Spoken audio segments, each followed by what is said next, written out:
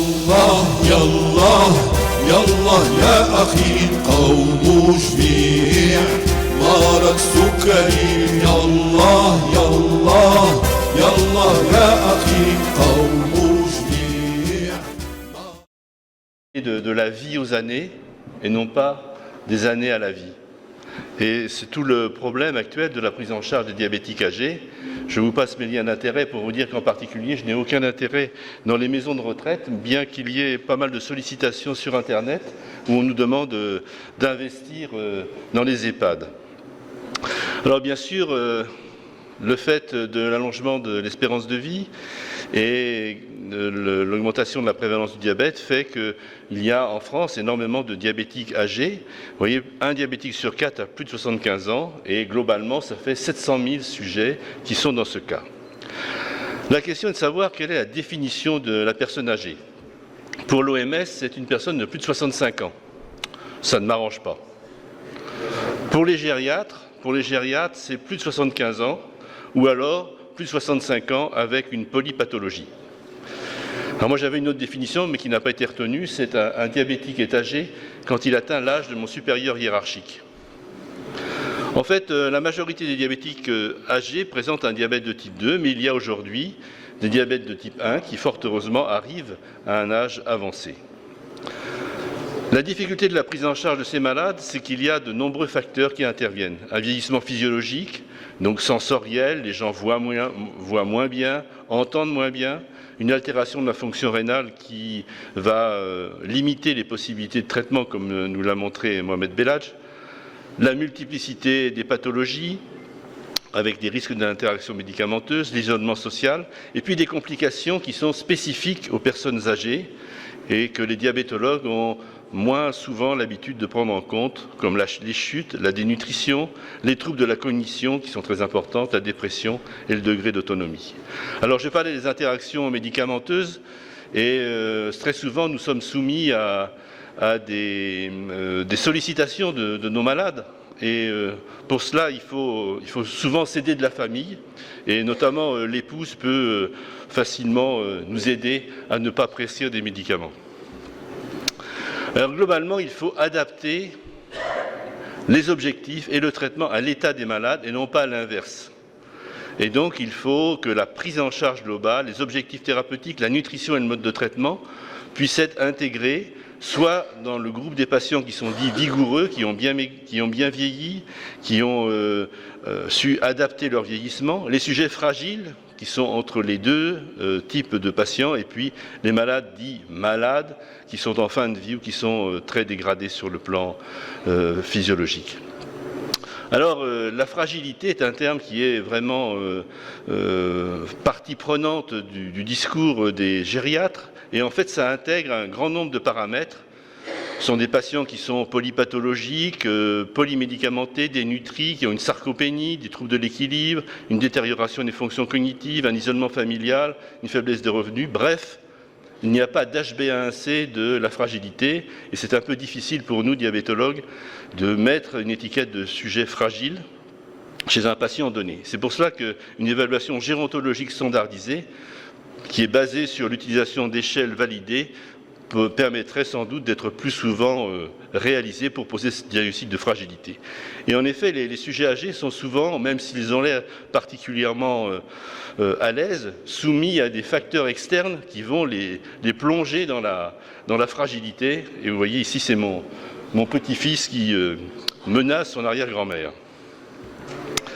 Alors il y a une façon plus simple de reconnaître les patients fragiles, c'est le concept d'une gériatre qui s'appelle Fried, qui a dit que finalement un patient pouvait être considéré comme fragile s'il avait 3 de ces critères, sujet avec une marche lente, une perte de poids, une asthénie, une diminution de l'activité physique et une faiblesse musculaire.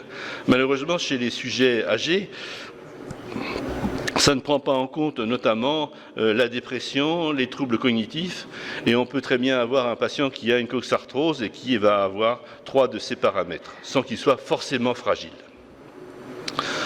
Il y a un élément très important, ce sont les relations entre équilibre glycémique et troubles cognitifs et dans les études de cohorte, eh bien, on a démontré qu'un diabète majorait le risque global de démence de 1,7 et notamment de démence vasculaire. Et d'ailleurs, l'imagerie cérébrale qui montre chez les diabétiques une atrophie cérébrale variable, surtout de la région hippocampique, et une majoration des images lacunaires. Un point important, c'est que les hypoglycémies majorent le risque de démence. Et vous avez ici un travail de Whitner qui montre que la survenue d'une hypoglycémie majeure dans les 3 ans précédents majorait le risque d'hypoglycémie d'un facteur de 2,39% par an. Et chez les patients qui ont fait 3 hypoglycémies sévères dans les 3 dernières années, eh bien, on double le risque de démence.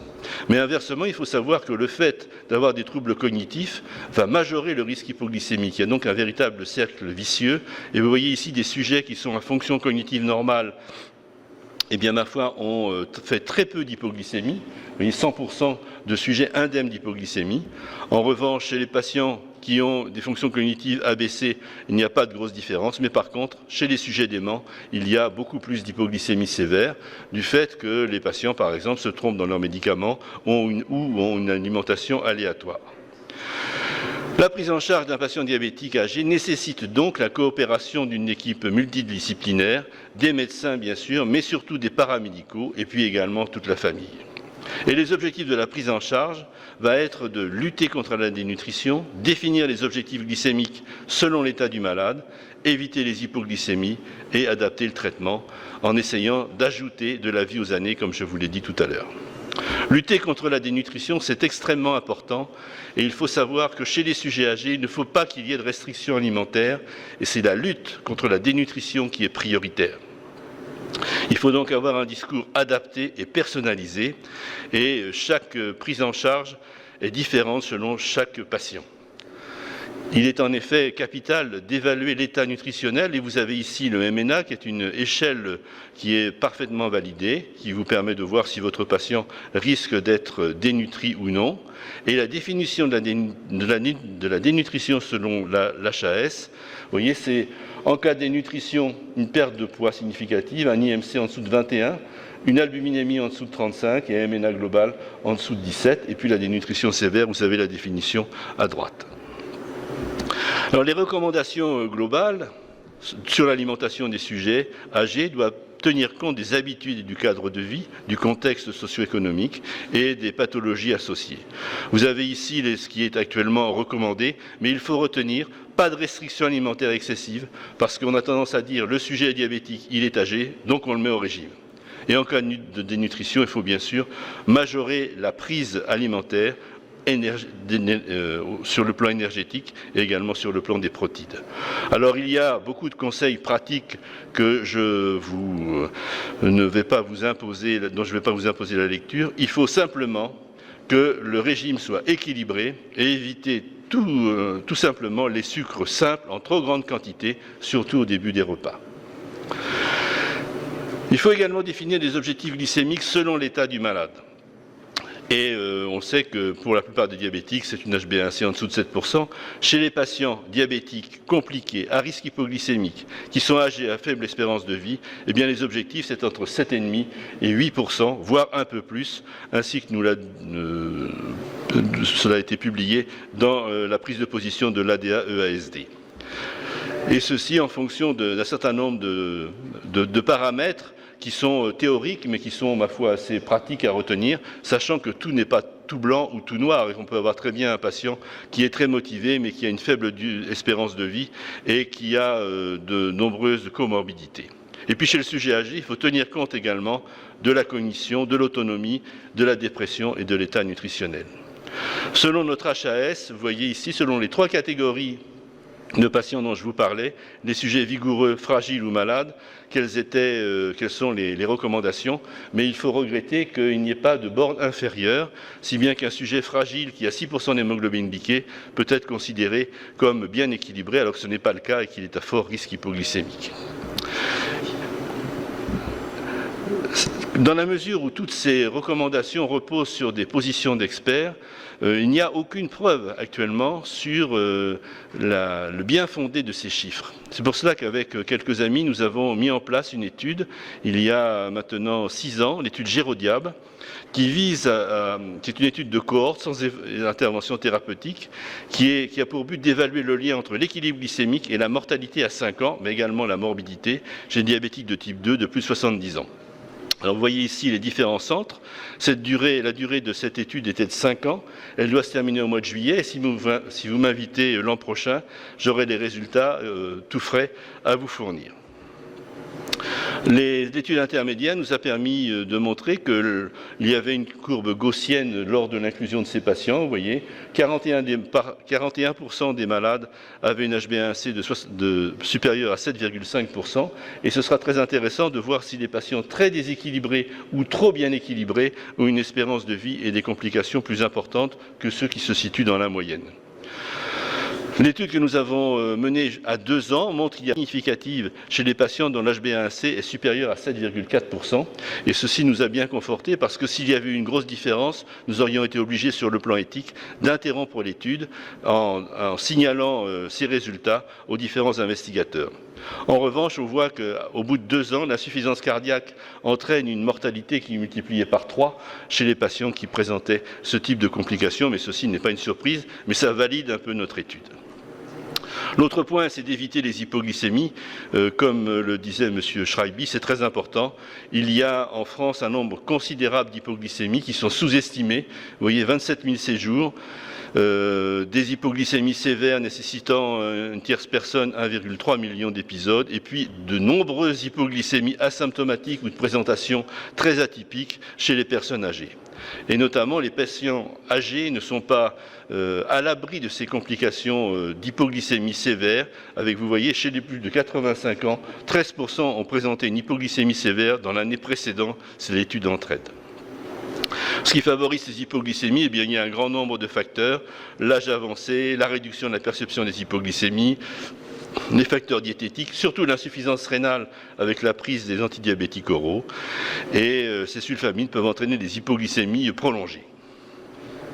Or, nous nous sommes rendus compte que dans les maisons de retraite, les patients âgés sont à fort risque hypoglycémique. Vous voyez, dans cette étude qui a été menée en Côte d'Or, 1/3 des patients très âgés, 82 ans, avaient une HbA1c en dessous de 6,5% et donc avaient très probablement des hypoglycémies qui n'étaient pas reconnues.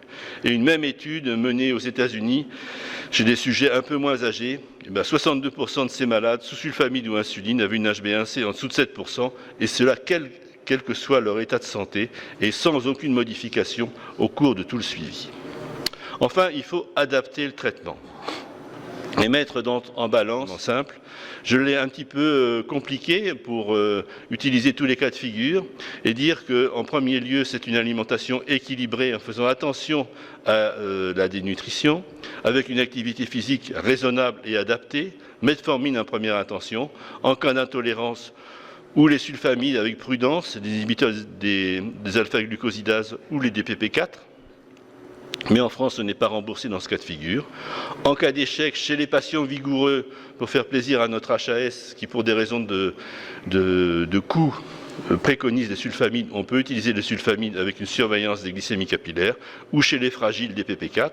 Et en cas d'échec, metformine, sulfamide, DPP4, avec une trithérapie, ou bien les analogues du GLP-1 chez les patients qui ne sont pas en trop mauvais état, qui ne sont pas dénutris parce qu'il peut y avoir des troubles digestifs au début de l'étude, au début de la mise en traitement, ou l'insuline habituellement avec une basale. En cas d'échec, bien sûr, on a recours à la basale. Et puis enfin, chez les patients qui ont une contre-indication marquée par une insuffisance rénale sévère ou un déséquilibre majeur, il faut donner de l'insuline d'emblée. L'idéal, c'est bien sûr que le malade soit autonome et gère lui-même son traitement. Si ce n'est pas possible, eh bien, l'éducation thérapeutique devra impliquer de façon impérative la famille ou les aidants. Alors, jusqu'où ne pas aller trop loin? Il est inutile et dangereux de traiter excessivement un patient dont le pronostic ne dépend plus de l'évolution du diabète. Mais il ne faut pas non plus insuffisamment équilibrer les glycémies d'un sujet dont l'espérance de vie est encore importante et qui risque de développer des complications, notamment microangiopathiques. Je vous remercie et le temps passe et il faut absolument que je conclue. J'ai peut-être un peu dépassé. Merci de votre attention.